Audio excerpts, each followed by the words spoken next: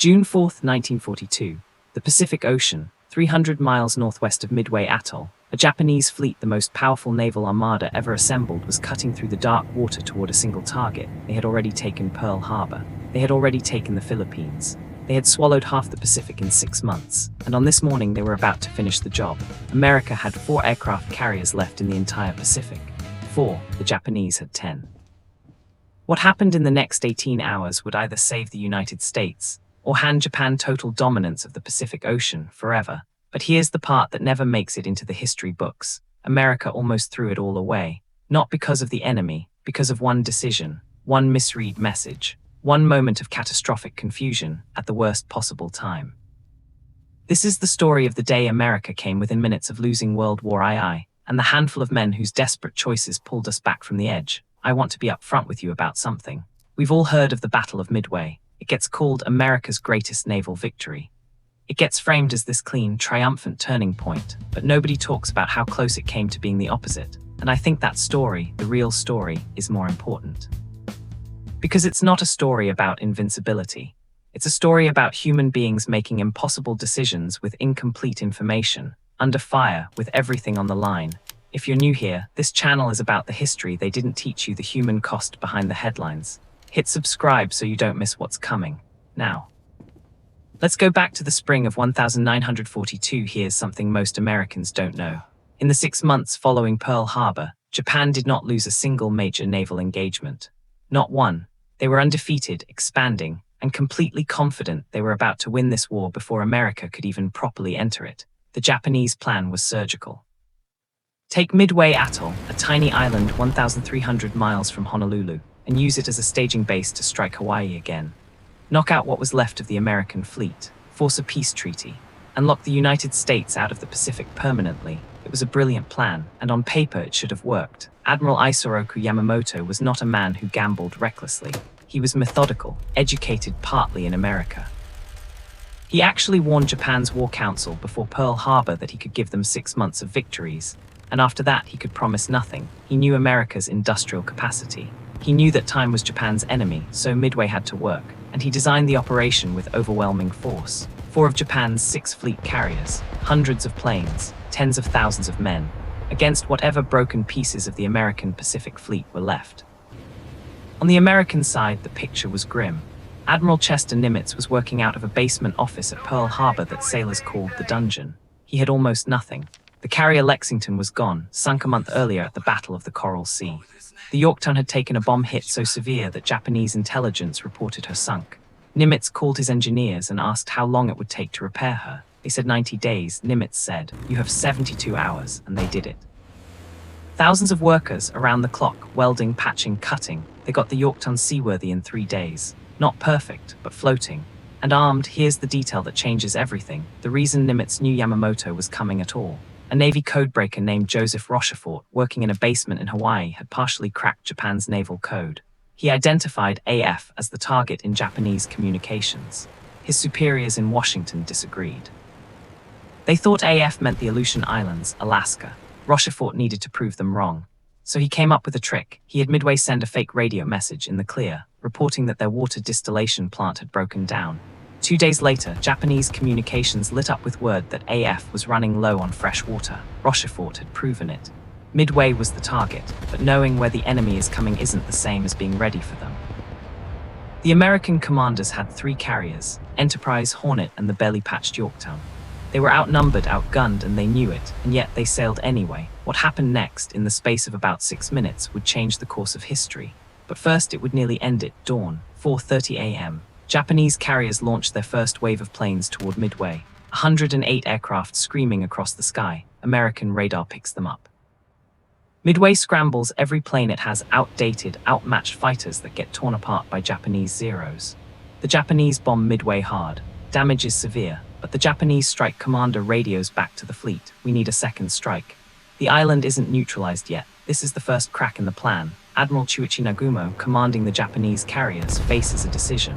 His planes below deck are armed with torpedoes, designed to attack ships. If he's launching a second land strike, he needs to swap those out for bombs.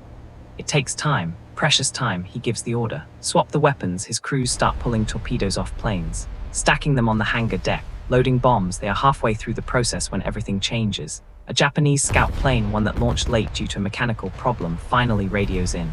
There are American ships to the northeast, and one of them appears to be a carrier. Nagumo freezes. He has planes in the air returning from Midway with no fuel to spare.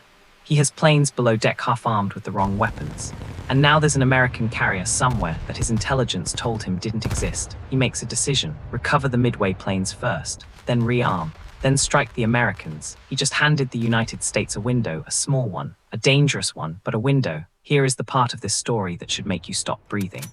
3 American torpedo bomber squadrons were sent in first. Slow planes, old planes, flying low and straight, no fighter escort because of a catastrophic communication failure between American commanders about who was protecting whom. Torpedo Squadron 8 from the Hornet, 30 men, flew straight into the Japanese combat air patrol. Every single plane was shot down. Of the 30 men in Torpedo Squadron 8, 1 survived. 1 man.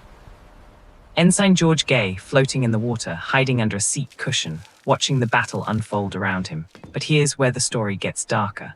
And almost no one talks about this part. Those torpedo bombers didn't hit a single Japanese ship. Not one. They were slaughtered, and it looked in that moment like it had been for nothing. It wasn't. The Japanese Zeros had done exactly what they were supposed to do. They'd come down low, sea level, to destroy the torpedo bombers. And in doing so, they'd left the sky above them completely empty. 4 American dive bomber squadrons from Enterprise and Yorktown were coming in high. Their leader, Lieutenant Commander Wade McCluskey, had been flying search patterns for nearly an hour on fumes, almost out of fuel, when he spotted a Japanese destroyer's wake cutting through the ocean like an arrow. He followed it. It pointed straight to the Japanese fleet. The dive bombers rolled over and dropped. 54 seconds. That's how long it took. In less than a minute, 3 Japanese fleet carriers, Akagi, Kaga, and Soryu, were engulfed in catastrophic fires. The torpedoes and bombs still stacked on their hangar decks from the weapon swap detonated. Chain reactions, walls of flame, 3 of Japan's finest carriers gone. Before noon, a 4th, the Hurryu, survived long enough to strike back. Her planes found the Yorktown, the ship that wasn't supposed to be there, and hit her twice. The Yorktown, already held together with emergency welds, began to list, but American dive bombers found Hurryu before sunset. By evening, all 4 Japanese fleet carriers were burning or sunk. The greatest naval battle in American history, decided in 6 minutes of dive bombing, set up by men who died without knowing they'd won. Japan never recovered from Midway. Not really. They lost 4 carriers, hundreds of their most experienced pilots, men who had trained for years who were irreplaceable. America was building new carriers, training new pilots. The industrial machine Yamamoto had always feared was waking up. The Japanese government hid the defeat from their own people. Officers who survived were quietly transferred to remote postings so they couldn't talk. The official story was a glorious victory. Back in America, the victory was celebrated, but the cost was real. 360 American men died at Midway. The crews of those torpedo bombers, the fighter pilots, the men on the Yorktown who stayed aboard to save her and were still aboard when she finally slipped beneath the surface 2 days later, struck by a Japanese submarine. Joseph Rochefort, the codebreaker who made the whole thing possible, who tricked Japan into revealing their target, was denied the Distinguished Service Medal after the battle. His superiors in Washington, embarrassed that he'd been right and they'd been wrong about AF, blocked the award. He didn't receive proper recognition until 1985. He had been dead for 2 years. Verify Rochefort's posthumous recognition timeline. That's the thing about history. The people who change everything are often the last ones remembered. Here's what I keep coming back to, thinking about Midway. This battle, this hinge point of the entire Pacific War, almost went the other way because of miscommunication. Because of a message that didn't get sent. Because planes launched without knowing who was covering them. Because a scout plane had a mechanical failure and launched 17 minutes late. 17 minutes. In a different world, those Zeros are still up high when McCluskey's dive bombers arrive. They get torn apart. The Japanese carriers survive. Midway falls. Hawaii is threatened. The war in the Pacific stretches years longer, maybe into a land invasion of Japan that military planners estimated could cost 1 million American lives, all of it, hanging on 17 minutes and a broken catapult on a Japanese floatplane. We look back at decisive moments in history and assume they were inevitable.